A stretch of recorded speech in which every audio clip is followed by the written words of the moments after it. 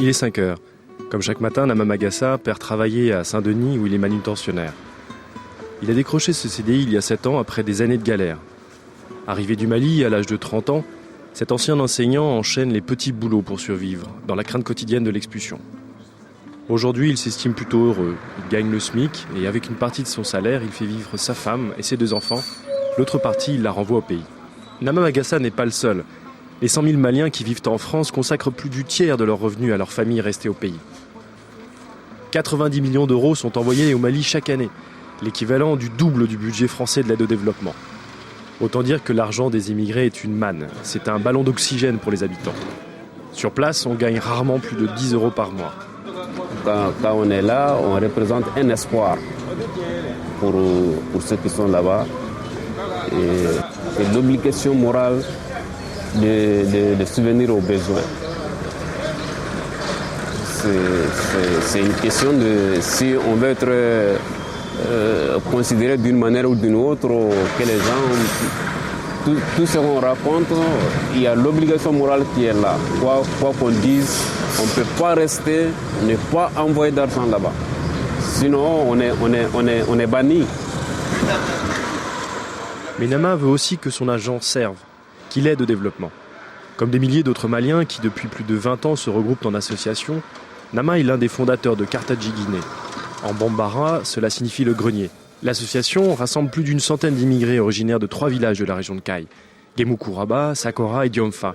Ensemble, ils ont commencé par construire une école. Et puis un centre de santé et des puits ont suivi.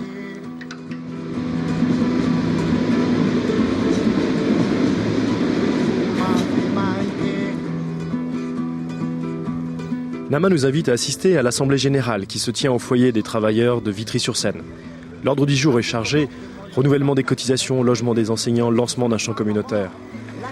Par rapport à l'ordre du jour, moi j'avais pensé, dans un premier temps, le rappel des cotisations, l'état des lieux, les difficultés liées à l'école.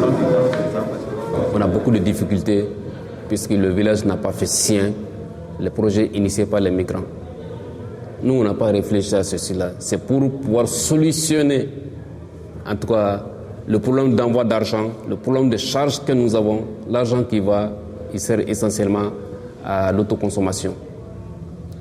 Donc, ce n'est pas de l'argent qui va produire. Et il est temps que les villageois comprennent cet état de fait.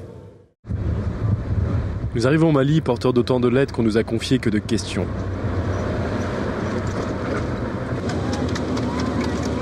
Les 5000 habitants des 3 villages se sont rassemblés à Gemoukouraba pour nous accueillir.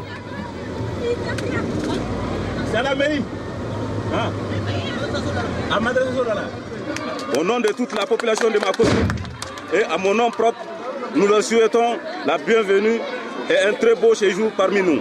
On met place d'abord à la fête.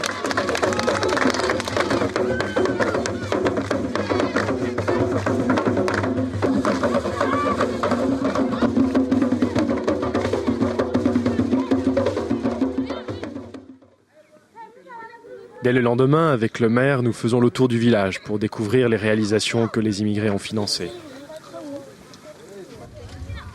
Nous commençons par le magasin. Nous sommes dans le centre-ville et ça c'est le magasin de stockage. Elle est construite en 1999 par les ressortissants de Gemoukouraba. Vous avez dedans des céréales, le téléphone satellitaire. Quand un parent de la France veut qu'on lui donne 2 sacs ou 3 sacs de sacs à son grand frère ici, donc il téléphone de là-bas. Puis nous visitons le dispensaire, le CESCOM, le centre de santé communautaire. Enfin l'école, c'est la fierté des Maliens de France qui l'ont financée à la sueur de leur front. Par ici, vous avez la 6e année, la 4e année et la 3e année. Le lendemain, nous montrons les images des Maliens installés en France. Le quotidien de Nama, les réunions de l'association mettant en cause l'implication des habitants, montrant également le découragement des immigrés. Il n'y a personne pour faire le suivi sur place. Donc c'est là que le bas blesse. Sur place, là-bas, ils ont l'impression que c'est un projet venu d'ailleurs. Ils ne s'impliquent pas. Les premières réactions sont très vives. nyete namate de hede namate na he ni nama min de he kuma do min fota ale he ale tulo ho ko de Allah dum na be ni jeta abe kona da na tumana na tuna da teto yala ka wal bi singa lo ka ko be minan yo do ngana lo be bona ngane ma lo ka ko ni dishukuru mi mal pro franchi ne molo